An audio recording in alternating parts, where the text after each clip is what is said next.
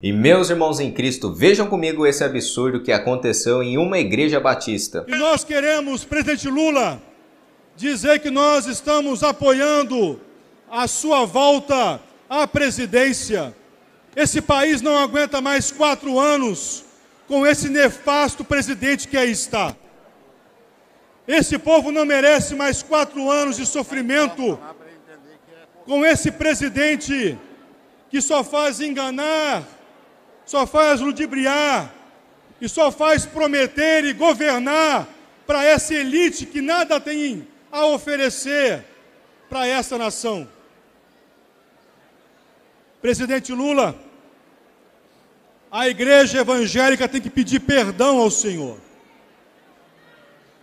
A igreja tem que pedir perdão ao presidente Lula.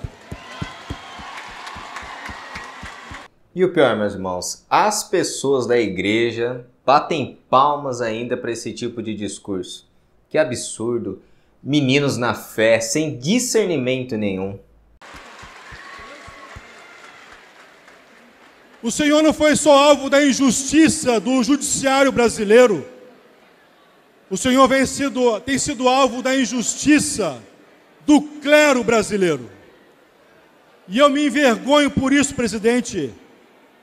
Porque o Senhor não merecia e não merece continuar passando por essa injustiça.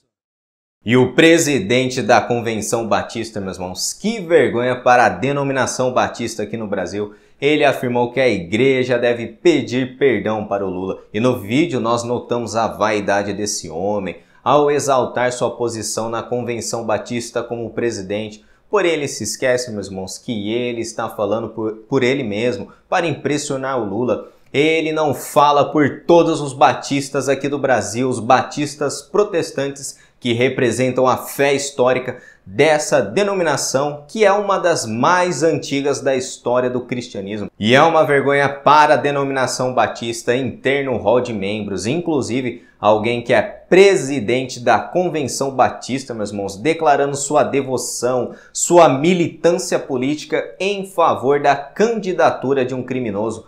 Todas as condenações mantidas pelo Supremo Tribunal Federal, que foram revogadas, meus irmãos, por uma canetada do ministro do Supremo Tribunal Federal, que é militante do PT. Mas nesse vídeo eu gostaria de trazer uma observação a respeito desse ocorrido. E aproveitando, meus irmãos, esse tema, eu quero fazer uma pergunta. Inúmeros pastores batistas, pastores sinceros da Assembleia de Deus, pastores que eu mesmo admiro, pastores comprometidos com o Evangelho, ficaram indignados com isso. Eu vi no Instagram, vi no YouTube, em vários canais de notícias. E eu também fiquei indignado. Porém, meus irmãos, quantos dos mesmos pastores estão se pronunciando quando Bolsonaro discursou em várias Assembleias de Deus? Ou ficaram indignados quando Bolsonaro discursou na Lagoinha juntamente com a sua esposa? A igreja virou um curral. Temos que ser justos. Se nós criticamos essa participação do Lula na Igreja Batista, devemos ser sinceros e criticar também a participação de Bolsonaro. A igreja, meus irmãos, tem virado um curral político. Será que muitos desses pastores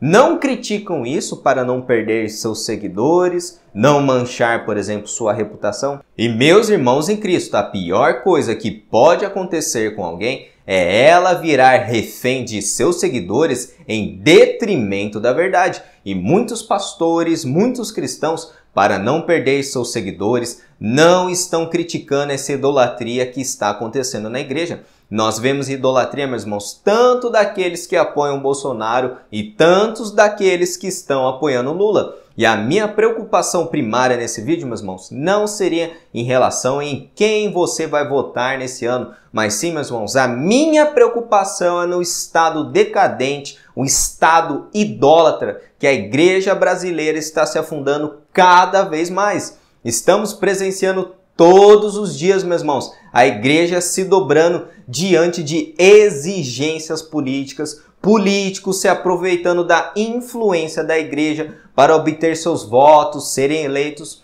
E os políticos, meus irmãos, não são ingênuos. Eles sabem que majoritariamente a população brasileira é religiosa, tem inúmeros católicos, cristãos, protestantes. E eles vão apelar para esse grupo para obter votos. E eu posso dizer que a história, meus irmãos, só está se repetindo. Após a morte e ressurreição de Cristo, os apóstolos receberam um chamado no nosso Senhor para pregar o evangelho em todo o mundo, e inúmeros cristãos foram perseguidos por causa da sua fé em Cristo Jesus, e as perseguições contra os cristãos duraram um período, meus irmãos, de 250 anos. E tudo isso até a ascensão do imperador Constantino no ano 330. E eu ressalto novamente, como ressaltei em outros vídeos, estudem a respeito de Constantino.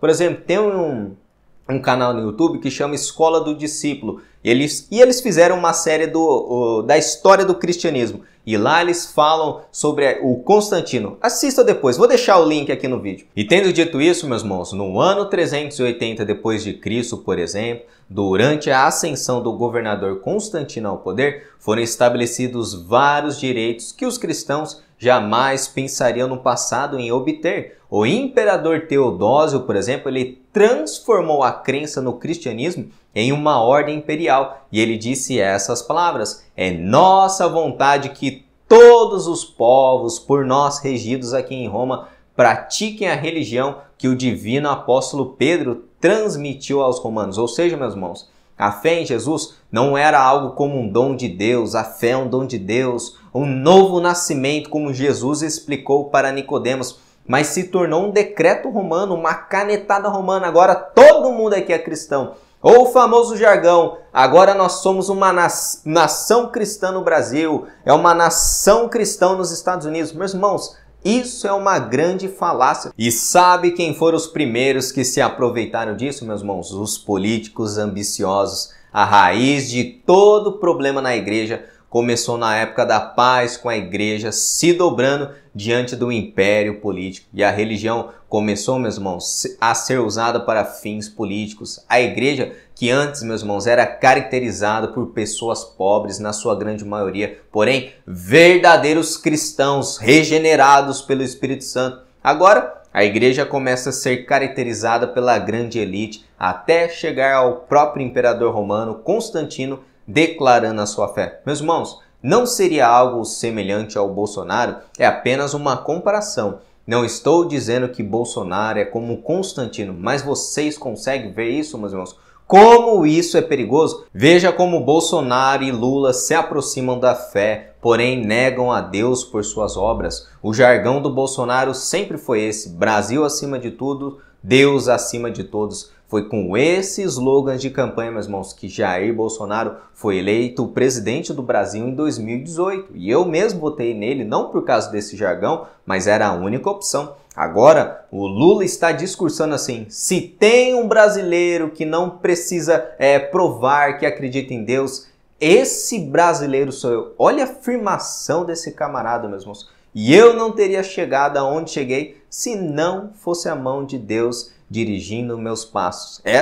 Essas foram as palavras do Lula. Meus irmãos, ambos estão se aproveitando da religião para obter seus votos. E eu fico desanimado. Muitas vezes, meus irmãos, quando eu estou orando, eu choro. Quando vejo a situação da igreja, meus irmãos, tristemente, muitas igrejas estão transformando seus púlpitos em palanques e seu rebanho em curral eleitoral. As igrejas do Brasil, meus irmãos, precisam de uma reforma urgente, pois essa politização dentro da igreja só tem tirado a credibilidade da mesma, escandalizado o nome de Deus entre os incrédulos, meus irmãos. E que Deus traga uma verdadeira reforma para a igreja e expulse esses cambistas, esses políticos, meus irmãos, do templo verdadeiro que somos nós.